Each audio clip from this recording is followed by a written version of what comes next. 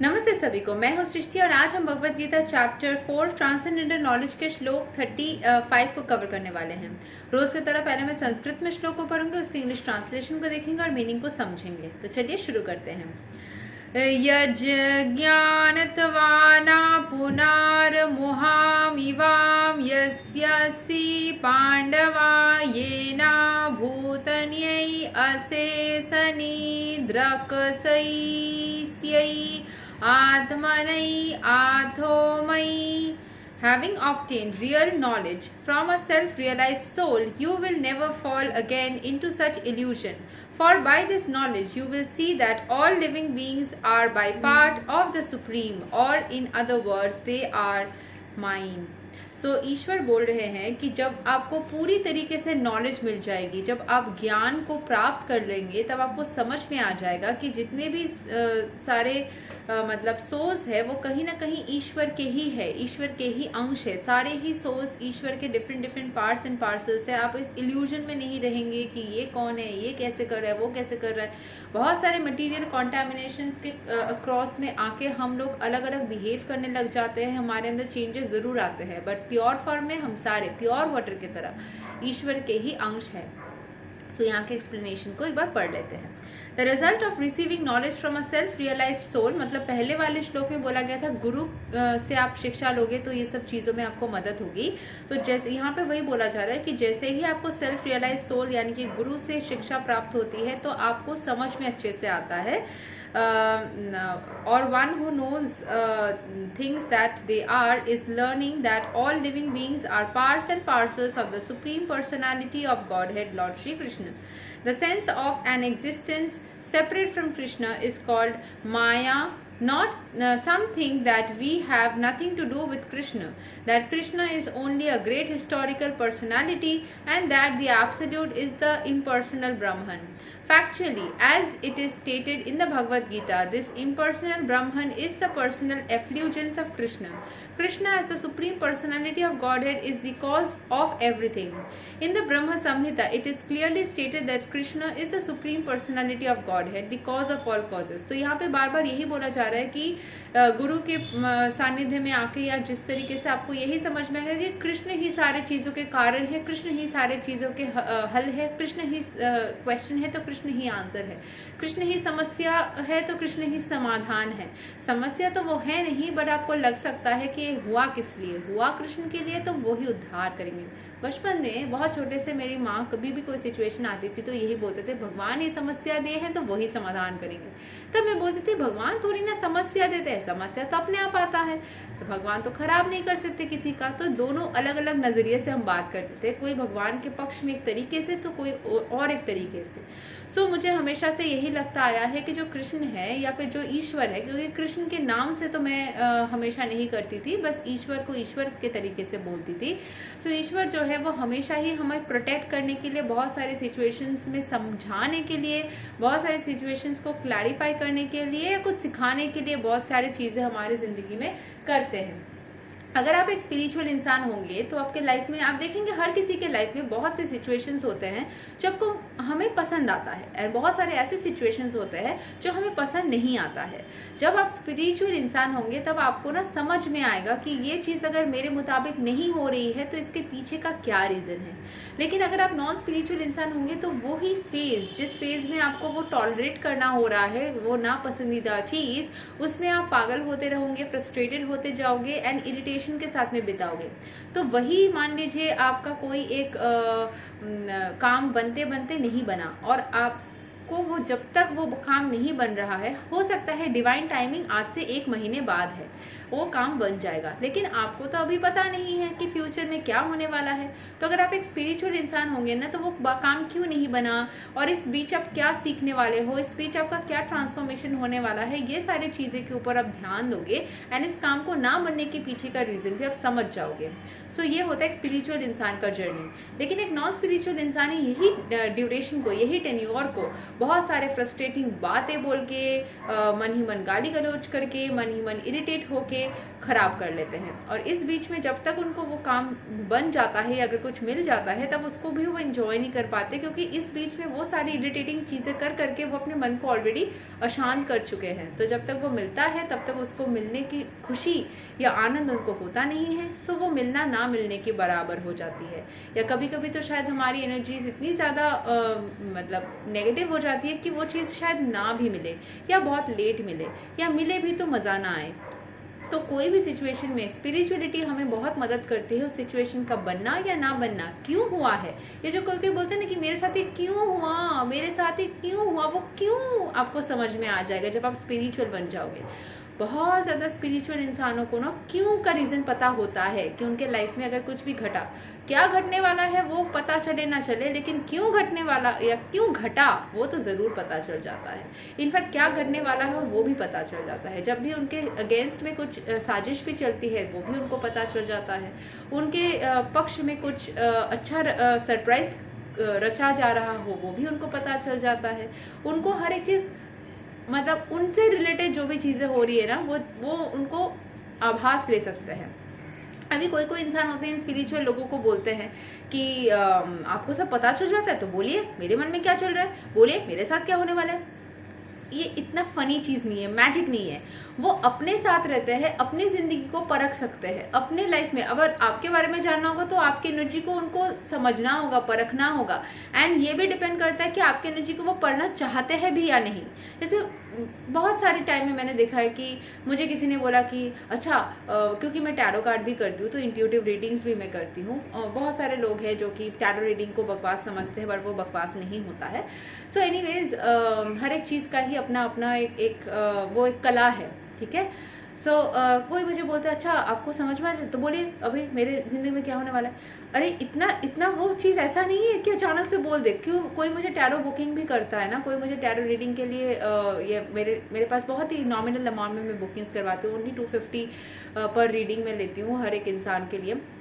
पहले मैं 500 ले रही थी, अभी मैं 50% ऑफ चला रही हूँ। कुछ महीने तक ये ऑफ चलेगा, फिर वो प्राइस चेंज भी हो सकता है। सो जब मुझे कोई बुकिंग करवाता है तो बोलते हैं मुझे भेज दीजिए। मैं उस दिन तो तुरंत नहीं भेजती हूँ। या तो आप मुझे इवनिंग या रात तक अगर पेमेंट कर देते हो और बुकिंग कर लेते हो तो मैं अगले दिन सुबह तक या अगर आप दिन में बहुत अर्ली मॉर्निंग में करते हो तो मैं कुछ घंटे लेती हूँ। आपके पिक्चर को मैं मंगवाती हूँ और फिर मैं आपके सिचुएशंस में कुछ क्वेश्चंस में पूछती हूँ और भी बहुत सारी चीज़ें हैं। अगर आप पर्सनली मेरे साथ करोगे कोई रीडिंग तो आप लोगों को समझ में आएगा। सो मैं उस एनर्जी के साथ में थोड़ा सा टाइम लेती हूँ खुद को समझने के लिए। अपने एनर्जी, अपने दिमाग, अपने इंट्यूटिव पावर्स को यूज़ करने के लिए थोड़ा वक्त भी लगता है। जैसे मतलब ऐसा नहीं है कि बोल दिया और हो गया, ये थोड़ी ना होता है। सो वैसे ही अगर वो चाहे, इंट्यूटिव रीडर्स जो होते हैं वो चाहे तो वो चीज़ को निकालेंगे। अगर उनकी मन ही नहीं है, उनको अगर कोई आके ऐसे ही बोले अरे बता दो मेरे साथ अभी क्या होगा, अगर मेरे को मन नहीं है तुम्हारे बारे में क्या होगा वो पता करने का, तो मैं नहीं कर सकती ना। सो वैसे भी होता है। So even the millions of incarnations are only his different expansions. Similarly, the living entities are also expansions of Krishna. The Mayavadi philosophers wrongly think that Krishna loses his own separate existence in his many expansions. मतलब ऐसे बहुत सारे मायावादी लोग सोचते हैं कि कृष्ण जब अलग अलग रूप को धारण कर रहे हैं तो वो कृष्ण से विचलित होकर कुछ और बन जा रहे हैं, पर ऐसा होता नहीं है। जो रियल है वो रियल ही रहता है। जैसे अगर मैं शादी में जा रही हूँ और मैं घाघरा पहन रही हूँ तो मैं थोड़ी ना अलग इंसान, और मैं मेकअप लगा रही हूँ तो मैं थोड़ी ना अलग इंसान बन जाऊँगी। अगर मैं स्कूल में जा रही हूँ, स्कूल ड्रेस पहन रही हूँ, तो मैं घर से थोड़ी ना अलग इंसान बन जाऊँगी। Not like that. This thought is material in nature. We have experience in the material world that a thing, when fragmentally distributed, loses its own original identity. But the Mayavadi philosophers fail to understand that absolute means the 1 plus 1 is equal to 1 and that 1 minus 1 is also equal to 1. This is the case of absolute world. Absolute world में आपने अगर आप maths के student हैं तो आपने वो number सीखा है जो एब्सोल्यूट नंबर्स होते हैं ना, जिसको हम एक वो 2 लाइंस, जैसे मान लीजिए -5, उसको मैंने अगर एब्सोल्यूट नंबर बना दिया तो वो 5 ही निकल के आएगा। अगर मैंने +5 को भी एब्सोल्यूट के अंदर निकाला तो 5 ही निकल के आएगा। तो वो अनचेंज्ड होता है। जो एब्सोल्यूट होता है ना, जो टोटल फ्रैगमेंट होता है, उससे आप कुछ निकाल भी लो, कुछ डालो भी, तो वो अनचेंज रहता है। एब्सोल्यूट नंबर्स मैथ्स में कॉन्सेप्ट है, तो वही यहाँ पे बोला गया एब्सोल्यूट वर्ल्ड। तो जो एब्सोल्यूट मतलब टोटल जो होता है, जैसे ईश्वर पूरा ही एक है, उनसे अगर आपने एक आत्मा निकाल लिया तो वो ईश्वर बदल के कुछ और नहीं बन जाएंगे, मतलब वो तुरंत चेंज नहीं हो जाएंगे। वो फ्लोटिंग स्टेट में वो आत्मा शायद किसी और इनकारनेशन में या और बॉडी में गया हुआ है, लेकिन वो ईश्वर जो है वो उस आत्मा के साथ में एक ही बंधे हुए हैं, एक ही जुड़े हुए हैं। So that doesn't change. For want of sufficient knowledge in the absolute science, we are now covered with illusion, and therefore we think that we are separate from Krishna. हमें illusion होता है तो हम सोचते हैं भगवान अलग है और हम अलग है, लेकिन हम भगवान के ही एक अंश है। Although we are separate parts of Krishna, we are nevertheless not different from him. The bodily difference of the living entities is Maya or not actual fact. मतलब इसमें जो बोला गया है ना कि we are parts of the same Lord, यही यहाँ का बोला गया है। that the topic of this particular श्लोक is that the bodily difference of the living entities is Maya and not actual fact. We are all meant to satisfy Krishna. By Maya alone, Arjun thought that the temporary bodily relationship with his kingsmen was more important. क्योंकि माया के ज़रिए से सोच रहा था, तो अर्जुन को भी लगा था कि जो उसके किंग्समैन या जो उनके रिलेटिव्स हैं उनके साथ में जो रिश्ता है वो बहुत ज़्यादा इम्पॉर्टेंट है, इटर्नल है, और वो कृष्ण के साथ में रिश्ते से भी ज़्यादा इम्पोर्टेंट उसको समझ रहा था। The whole teaching of the Gita is targeted towards this end. मतलब यहाँ पे यही सिखाया जा रहा है, we are all parts and parcels of the Lord, we are all part of the Lord. ठीक है। Living thing that a living being as Krishna's eternal servitor can not be separated from Krishna and his sense of being an identity apart from Krishna is called Maya. The living entities as separate parts and parcels of the Supreme have a purpose to fulfill. हम सभी का हर एक अंश का एक एक काम है इस दुनिया में, हम कोई ना कोई पर्पस लेके आए हैं। ये हमेशा हर जगह बोला जाता है, स्पिरिचुअलिटी के थ्रू आप इसको समझ पाओगे। तो आज यहाँ पे मैंने पढ़ भी लिया कि हर एक इंसान एक एक पर्पस से आता है और उस पर्पस को सॉल्व करने के बाद उसको यहाँ से चला जाना होता है। अब देखिएगा हर एक चीज़ के पीछे ना एक रीज़न रहता है, जब वो रीज़न फुलफिल हो जाएगा वो काम बदल जाता है, वो सिचुएशन बदल जाती है। So the whole teaching of the Gita is targeted towards this end. ठीक है।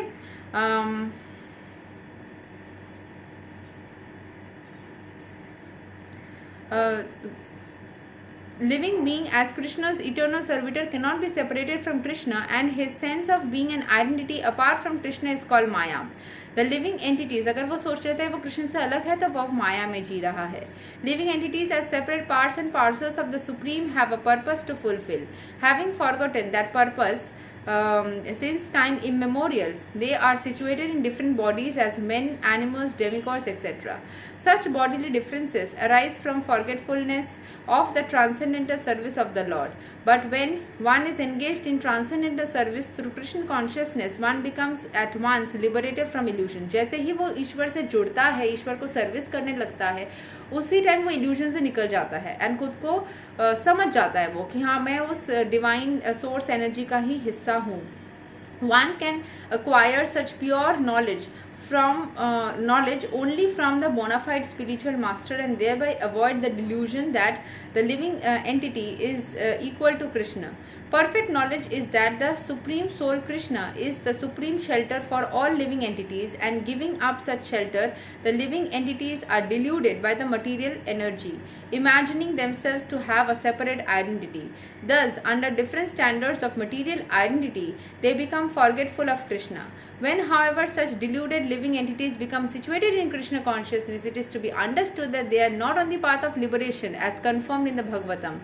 Muktir, they are on the part of liberation. Sorry, तो जो लोग भटक गए थे सिचुएशन के साथ साथ, वो मटेरियल एनर्जी की वजह से भूल गए थे कि वो कृष्ण कॉन्शियस मतलब कृष्ण के ही अंश है, वो जब वापस कृष्ण कॉन्शियसनेस में आते हैं वो वापस से लिबरेटेड, इन सारे मटेरियल एंटेंगलमेंट से लिबरेटेड होने लगते हैं एंड सही दिशा में। देखिए, लिबरेटेड होना ये मतलब नहीं है कि आप शरीर को छोड़ के बस आत्मा चली गई ईश्वर के पास। लिबरेटेड होना मतलब ये इस शरीर में रह के भी हमें मुक्ति मिल सकती है, शरीर में रह के भी हम मुक्त हो सकते हैं मटेरियल एंटेंगलमेंट से, मटेरियल एंगेजमेंट से, सारे नेगेटिव थॉट से, नेगेटिव चीज़ों से हम मुक्त हो गए, तब भी हम लिबरेटेड है, लिबरेटेड सोल्स है। बस एक काया के अंदर है बट मन से हम मुक्त है। सो मुक्तिर हित वन यथा Rupam स्वरूपेना व्यवस्थिति Liberation means to be situated in one's constitutional position as an eternal servitor of Krishna consciousness. ठीक है, जैसे ही आप कृष्ण कॉन्शियसनेस में आ गए, आप कॉन्शियसली कृष्ण को समझने, परखने और अब्जॉर्व करने लग गए, तभी आप मुक्त हो गए, चाहे काया के अंदर हो, काया से अलग हो। मुक्त हो गए हृदय से, मुक्त हो गए नेगेटिव चीज़ों से। हृदय के अंदर आपको शांति की महसूस होगी एंड आपको अच्छी चीज़ों की उपलब्धि होगी। यही तक था श्लोक 35 ऑफ भगवद गीता चैप्टर 4। अगले वीडियो में हम श्लोक 36 को कवर करेंगे। तब तक के लिए हरे कृष्ण, राधे राधे।